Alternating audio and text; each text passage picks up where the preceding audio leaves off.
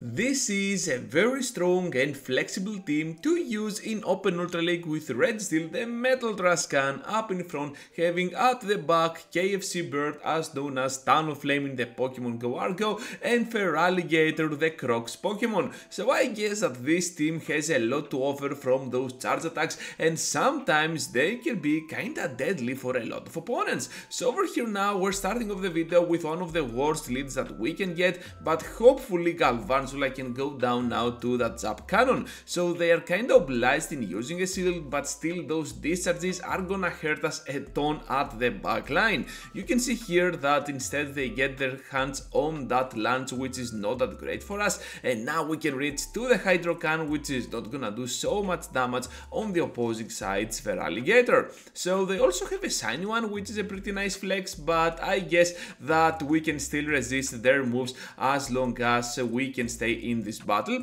And since they're gonna get here to another move, I'm just gonna take it because I can still reach here to the final Hydro Cannon, which is pretty crucial if you ask me. They're getting significantly low here at a point that perhaps one Incinerate might farm them down, but at the same time I want to farm down with those Locons. So instead they switch out to their final Pokemon, which is a Granbull with Snarl, not even Charm, which means that those charge attacks are gonna keep coming back to back. So over here now we're already at the point that a couple of flame charges are ready to burn our opponent, and the second one is already along the way. So down goes this Granbull, and it all depends now on what they are gonna throw up against us with the final two Pokemon, because they're severely hurt, but perhaps they have some energy stored up. But as you can see, my opponent might have just left the battle, because with a little bit of HP remaining on every single Pokemon, we managed to get a weird victory as it seems.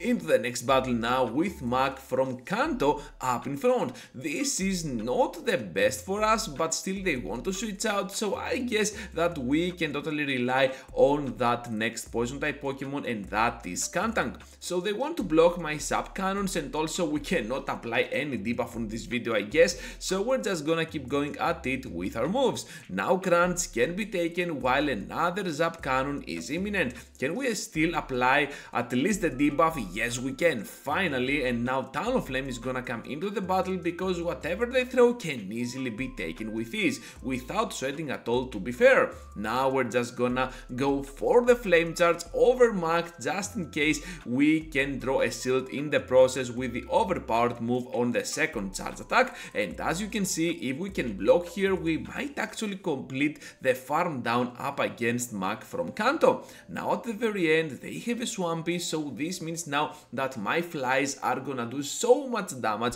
over my opponent, because not only we can do neutral damage, but also we are buffed up twice on the attack stat. But of course I want to keep that final shield for my Feraligatr, because as you can see, Swampert can be kinda spammy on the long term. So here comes now the Skuntank, able to completely farm down, and in the process all we need to do here is to still reach to a couple of those Hydro Cannons, one to drop them significantly low and one more to guarantee the knockout up against that Swampert. What a great battle that was. Into the next one now with Annihilate up in front. This is not the best lead, and to be fair, one of the worst ones that you can get with your Red Steel. So I'm just gonna switch out to my Feraligatr, combining the power of Shadow Claw with Hydro Cannon over that Psychic Pokemon that comes into the game. And to my surprise, this is kind of a weird team, because they have a fighting type. I was about to say fairy type.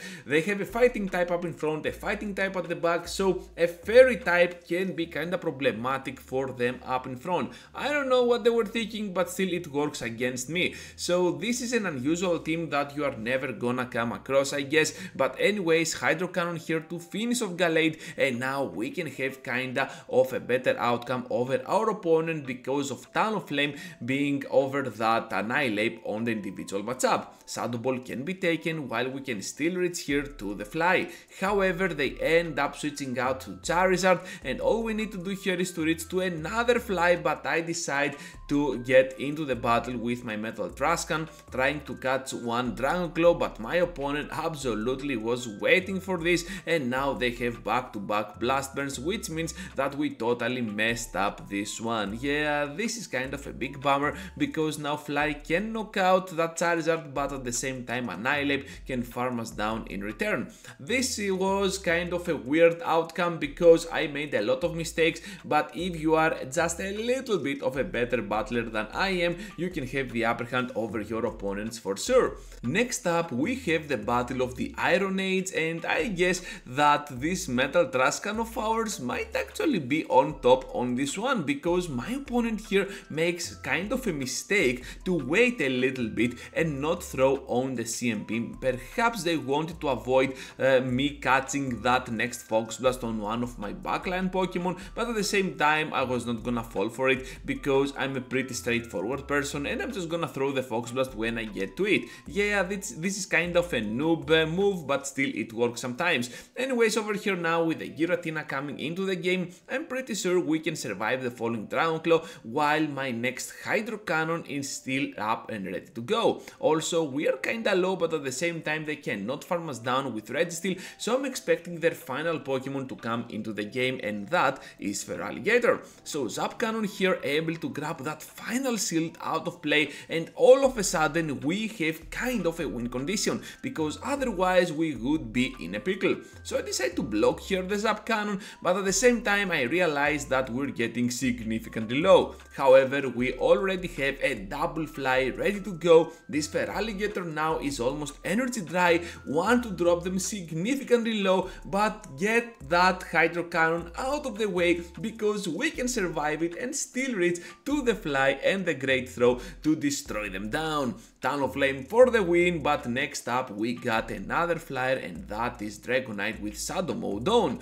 So we're just gonna stay in here. I know that one superpower might actually do the trick here, and I decide to let the move go through while I can throw the Zap Cannon on that electric type Pokemon. This is not that great overall. As you can already tell, my backline is significantly weak to that electric typing of Ampharos, so I might be in a pickle over here. However, I decide to take the risk of getting the move on my Feraligatr, because most of those Ampharoses do not run the move Thunder Punch, so I get Brutal Swing is the most usual thing that they're gonna throw. So down they go now to my Charge Attack, and next up we have the return of Dragonite, able to farm it down without sweating at all. So over here I guess I can take the move because it has to be just Dragon Claw, right? But instead they throw that amazing superpower to catch me off guard.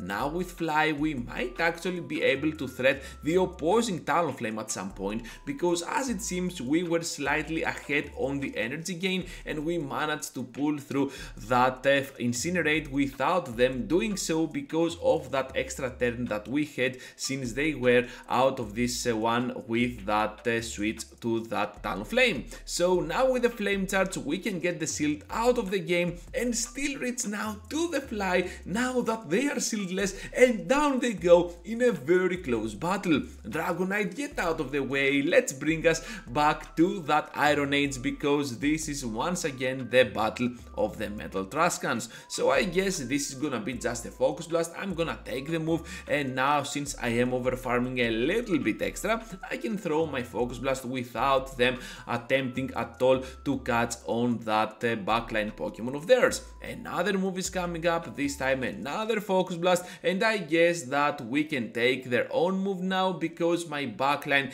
can come in pretty solid having that shield advantage. And yes trainers, sometimes getting the shield advantage on your backline with this exact team composition might be actually what you need to beat your opponent down. So they have a Poliwrath, and I decide to bring into the battle my Feraligatr because reasons, okay? And now we're just gonna keep going at it with those Hydro Cannons. I guess that my Talonflame could be in a pickle situation sometimes with that amazing backline of theirs, as it seems, because they have a Cresselia at the very end, and right here I end up poking a little bit with those Hydro Cannons in combination with my Shadow Claws.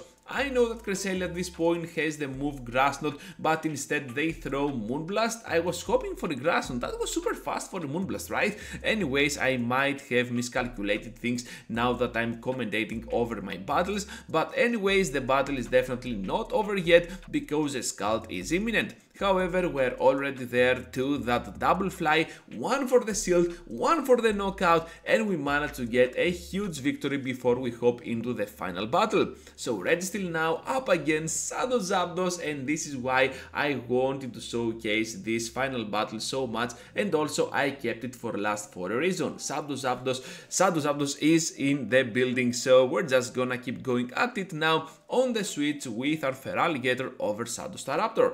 I know that one move here on Ultra League can easily be taken by any Pokemon, to be fair, so we're just gonna keep going at it with our Shadow Claws. They also need 6 of those wing attacks to get to a move, so at the same time we're just gonna go down at some point, and I'm expecting the close combat here, to be fair, but at the same time I realize that perhaps Shadow Zapdos can be kinda on a very good spot if I am not careful. So a double close combat, now Talonflame will come into the battle, and this is a triple flying team. Are you kidding me, trainers? Because now Ho-Oh will reach to the Brave Bird and we still have the fly ready to go. Perhaps at this point we could go for the Flame Charge for the extra buff on our attack stat, but at the same time I know that they're getting extremely glassy with a triple flying Shadow Mode team. Are you kidding me? This is what a spicy team, and now by blocking one Drill Peck we can kinda guarantee the victory